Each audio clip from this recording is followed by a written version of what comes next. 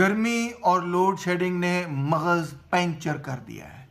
आप देखें डॉन में भी ये खबर आ गई कि तैमूर रहमान का मगज़ पंचर हो गया है। उन्होंने लिखा है country swelters as power outages disrupt daily life. फिर उन्होंने कहा है कि कुछ इलाके ऐसे हैं जहाँ 10-10 घंटे 16-16 घंटे लोड शेडिंग हो रही है और 6000 से 7000 मेगावाट बिजली की कमी है मुल्क के अंदर। फिर ये बाबा जी ने ज़बरदस्त सोल्यूशन निकाला, उन्होंने सोलर पैनल लगाया है और साथ उसके डेजर्ट कूलर चला रहे हैं और ठंडे होकर बैठे हुए हैं इस्लामाबाद के अंदर। डेजर्ट कूलर्स बड़े वैसे ज़बरदस्त टेक्नोलॉजी है अगर आपने ठंडा रहना है। जहन में जो सवाल आ रहा है वो ये है, ये बातें तो आप भी जब जानते हैं, जहन में जो सवाल आ रहा है वो ये है जनाब कि आपको पता है कि पहले मुल्क बड़ी बुरी तरह से खसारे के अंदर फंसा हुआ है। हमारी जो बैनुल-अक़वामी तिजारत से आमदनी है उससे कई गुना ज़्यादा हम अखराजात करते हैं, हम चीज़ें इंपोर्ट करते हैं और जो सबसे बड़ा आइटम हम इंपोर्ट करते हैं वो है डीज़ल और फ्यूल वगैरह, पेट्रोल वगैरह, मिनरल्स वगैरह भी उसमें शामिल है। मगर ऑयल जो है और फ्यूल्स जो है वो तकरीबन 27% हमारी इंपोर्ट्स का हिस्सा है। और ज़ाहिर बात है कि अगर हमने इस खसारे से बचना है तो हमें कम से कम ऑयल के इंपोर्ट्स कम करने चाहिए। ऑयल के इंपोर्ट्स कम करने के दो ही तरीके हो सकते हैं। नंबर एक तो ये कि खुदारा पब्लिक ट्रांसपोर्ट सिस्टम आप जो है उसको ठीक करें, उसको बेहतर करें। क्या वजह है कि एक घर के अंदर 4-4 गाड़ियां हैं और हर बंदा जो है अपनी गाड़ी के अंदर जा रहा है। पब्लिक ट्रांसपोर्टेशन क्यों नहीं हम इस्तेमाल कर सकते और क्यों नहीं हमें करनी चाहिए। एक बस अपने साथ 30-40 लोगों को ले जाती है, वो 30-40 लोग जब 30-40 गाड़ियों के अंदर जाते हैं तो आप अंदाज़ा कर सकते हैं कि कितना ज़्यादा एक्सपेंडिचर होता है। इसकी बुनियादी वजह यही है कि कैपिटलिस्ट सिस्टम में हम ये नहीं देखते कि माहौल को क्या किन चीज़ों से सबसे ज़्यादा फ़ायदा है। कैपिटलिस्ट सिस्टम में ये नहीं देखा जाता कि ओवरऑल कंट्री को किन चीज़ों से फ़ायदा है। कैपिटलिस्ट सिस्टम में ये भी नहीं देखा जाएगा कि ओवरऑल ग्रोथ कैसे तेज़ की जा सकती है कंट्री की, अगर खसारा हो रहा है तो उससे बचाया कैसे जा सकता है। कैपिटलिस्ट सिस्टम ने सिर्फ ये देखना कि मुनाफा कहाँ सबसे ज़्यादा कमाया जा सकता है।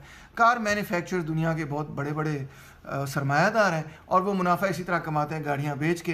वो गाड़ियाँ धड़ाधड़ बेच रहे हैं, सड़कें धड़ाधड़ बन रही हैं, ट्रैफिक ब्लॉक हो रही है। पेट्रोल के लिए हमारे पास पैसा है कोई नहीं, मुल्क खसारे में है, मगर पेट्रोल आ रहा है, गाड़ियाँ अभी भी बड़ी बड़ी ह्यूज लेवल पे चली जा रही। पब्लिक ट्रांसपोर्टेशन पे किसी किस्म का कोई जोर नहीं और उसको डेवलप करने की कोई ख़ास कोशिश नहीं। तो ये एग्जाम्पल है आपके सामने कि मार्केट फेलियर का एग्जांपल, कि हमें जो बचपन से सबक ये सिखाया जाता है ना कि कैपिटलिज्म सबसे बेस्ट सिस्टम है, परफेक्टली अलाइन कर देता है, एलोकेट कर देता है resources. It's not true. In fact capitalist system growth के पॉइंट ऑफ व्यू से परफेक्टली अलाइन नहीं करता चीज़ों को। नंबर 2, कैपिटलिस्ट सिस्टम जो है मैक्रो इकोनॉमी के एतबार से परफेक्टली अलाइन नहीं करता चीज़ों को। नंबर 3, कैपिटलिस्ट सिस्टम जो है वो इन्वायरमेंट के हिसाब से भी परफेक्टली अलाइन नहीं करता चीज़ों को। एक और इसी की एग्जांपल ले लीजिए, अगर आप मेरी बात नहीं कबूल करते, एक और एग्जांपल ले लीजिए कि 1990s के अंदर हमारी हुकूमत ने, उसको पीपल्स पार्टी की गवर्नमेंट थी, तो उन्होंने इंडिपेंडेंट पावर प्लांट्स लगवाए, IPPs लगवाए और वो मुल्क के अंदर लगते चले गए। और 1990s में हमारे पास सरप्लस ऑफ इलेक्ट्रिसिटी थी, हमारे पास इतनी बिजली थी कि हम ये भी बात कर रहे थे कि हम इंडिया को बिजली फ़रोख्त करेंगे, हम इंडिया को बिजली बेचेंगे।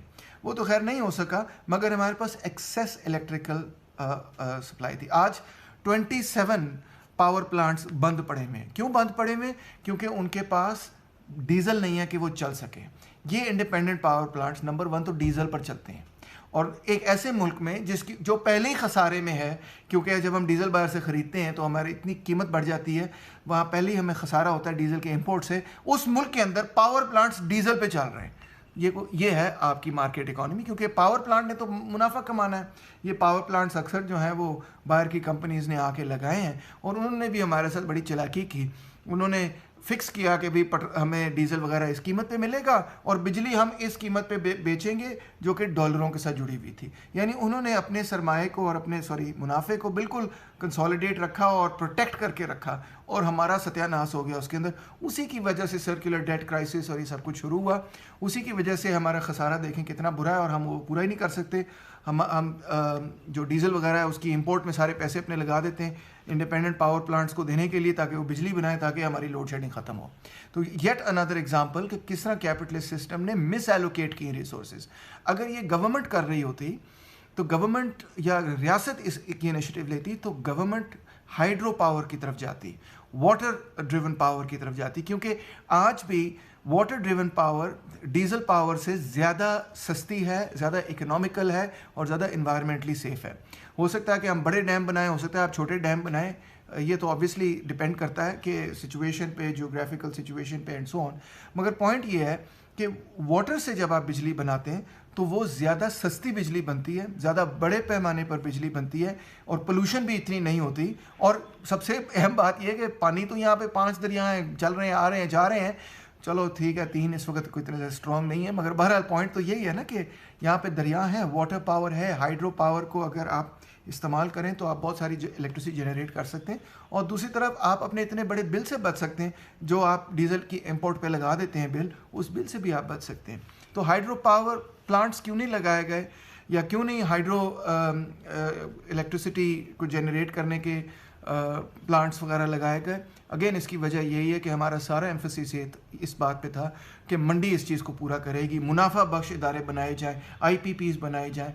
मगर ये नहीं हमने सोचा कि मैक्रो इकोनॉमिक प्लानिंग के पॉइंट ऑफ व्यू से अगर आप इन चीज़ों को देखें तो बेहतर यही था कि रियासत ये काम करे और रियासत जो है वो हाइड्रो इलेक्ट्रिक पावर प्लांट्स वगैरह बनाए, जिसमें सस्ती बिजली भी बनेगी और फराहम भी होगी और उसमें मुल्क का फ़ायदा होगा। तो मैं एक दफ़ा दोबारा से आपको ये कहता हूँ कि जो इकोनॉमिस्ट आपको ये बात पढ़ाते हैं या सिखाते हैं या इम्प्लाई करते हैं कि मार्केट इकोनॉमी से बेहतर कोई निज़ाम नहीं, इससे ज़्यादा एफिशिएंट कोई निज़ाम नहीं, ठीक है, उसकी एफिशिएंसी जो है वो सरमाएदार के मुनाफे के लिए इस्तेमाल होती है। मगर हमें सिर्फ सरमाएदार के मुनाफे से गर्ज़ नहीं, हमें गर्ज़ है मुल्क के मफाद से। और मुल्क के मफाद में यही है, नंबर 1 पब्लिक ट्रांसपोर्टेशन सिस्टम होना चाहिए, नंबर 2 ये कि जो इलेक्ट्रिसिटी और पावर जनरेशन का मसला है ये रियासत के इख्तियार में होना चाहिए। और इसके लिए जो नंबर 1 ऑप्शन होना चाहिए वो हमेशा यही है हमारे मुल्क के लिए कि वो वाटर से जनरेट हो, क्योंकि वाटर से बहुत सारी बिजली जनरेट हो सकती है जो सस्ती भी होती है और इन्वायरमेंटली सेफ़ भी होती है। अगेन मैं ये कहूँगा कि अगर सोशलिस्ट कभी इक़्तिदार में आए, हाइड्रो प्लांट्स जो हैं उनको डैम्स और ये डेवलप करेंगे ताकि हाइड्रो पावर डेवलप हो पाकिस्तान के अंदर, ना कि डीजल पावर। और नंबर 2 ये कि पब्लिक ट्रांसपोर्टेशन सिस्टम को बेहतर करें और लोगों को एक्टिवली डिस्करेज करें कि इतनी गाड़ियाँ ख़रीदने की ज़रूरत नहीं है, वैसे ही ट्रैफिक का सत्यानाश हो जाता है सबका। इतनी ट्रैफिक होगी अब हर शहर के अंदर के गाड़ी एक जगह से दूसरी जगह पहुँचती ही नहीं है, घंटे लग जाते हैं जहाँ पहले आधे घंटे में बंदा पहुँच जाता था। और तो पब्लिक ट्रांसपोर्टेशन सिस्टम की ज़रूरत है, आपको सबवे सिस्टम्स की ज़रूरत है, आपको ओवरहेड ट्रैम्स की ज़रूरत है, आपको बसेस की ज़रूरत है, इन चीज़ों की ज़रूरत है। जिस तरह आप देखें दुनिया की जो सबसे डेवलप्ड कंट्रीज़ हैं, लंदन को देख लें तो लंदन के अंदर, सेंट्रल लंदन के अंदर कोई गाड़ी गुड़ी नहीं चलती, सब सबवे में ट्रैवल करते हैं, सब बसेस पे ट्रैवल करते हैं। इसी तरह अगर आप मैनहट्टन वगैरह को देखें तो इतना सोफिस्टिकेटेड उनका सबवे सिस्टम है, या आप मॉस्को को देखें तो दुनिया का सबसे सोफिस्टिकेटेड सबवे सिस्टम और सबसे खूबसूरत सबवे सिस्टम मॉस्को के अंदर है। तो पूरी दुनिया के अंदर आप ये देखेंगे जो एडवांस कंट्रीज़ हैं, सबसे ज़्यादा एडवांस सिटीज़ हैं, वहाँ पे पब्लिक ट्रांसपोर्टेशन भी सबसे ज़्यादा एडवांस होता है। और इस वक्त तो चाइना इस चीज़ में दुनिया का ग्लोबल लीडर बन चुका है, क्योंकि उन्होंने हर जगह हर सिटी के अंदर Subway systems, overhead systems, busing systems इतने डेवलप किए और ट्रेन सिस्टम्स, ट्रैम सिस्टम्स इतने डेवलप किए कि किसी दुनिया में कोई मुल्क ऐसा नहीं है जिसमें इतनी स्पीड से ये सिस्टम्स डेवलप हो रहे हैं जितने कि चाइना के अंदर इस वक्त डेवलप हो रहे हैं। तो बहरहाल पाकिस्तान के हवाले से वंस अगेन, अगर पाकिस्तान में कभी सोशलिस्ट इक़्तिदार में आए तो हम पब्लिक ट्रांसपोर्टेशन सिस्टम को बेहतर करेंगे और प्राइवेट ट्रांसपोर्ट को डिस्करेज करेंगे, गाड़ियों की कीमतें बढ़ा देंगे, गाड़ियाँ कम करेंगे, ज़्यादा नहीं करेंगे, लोगों को इनकरेज करेंगे कि सबवेज़ और बसेस पे ट्रैवल किया जाए। और नंबर 2 ये कि हम हाइड्रो पावर पे फोकस करेंगे और IPPs जिन्होंने हमें लूट लिया है और diesel run power generation plants पे हम फोकस नहीं करेंगे। क्लीन एनर्जी जो कि सस्टेनेबल हो और जो कि गवर्नमेंट के इख्तियार में हो, उस पर हम फोकस करेंगे। Thank you very much.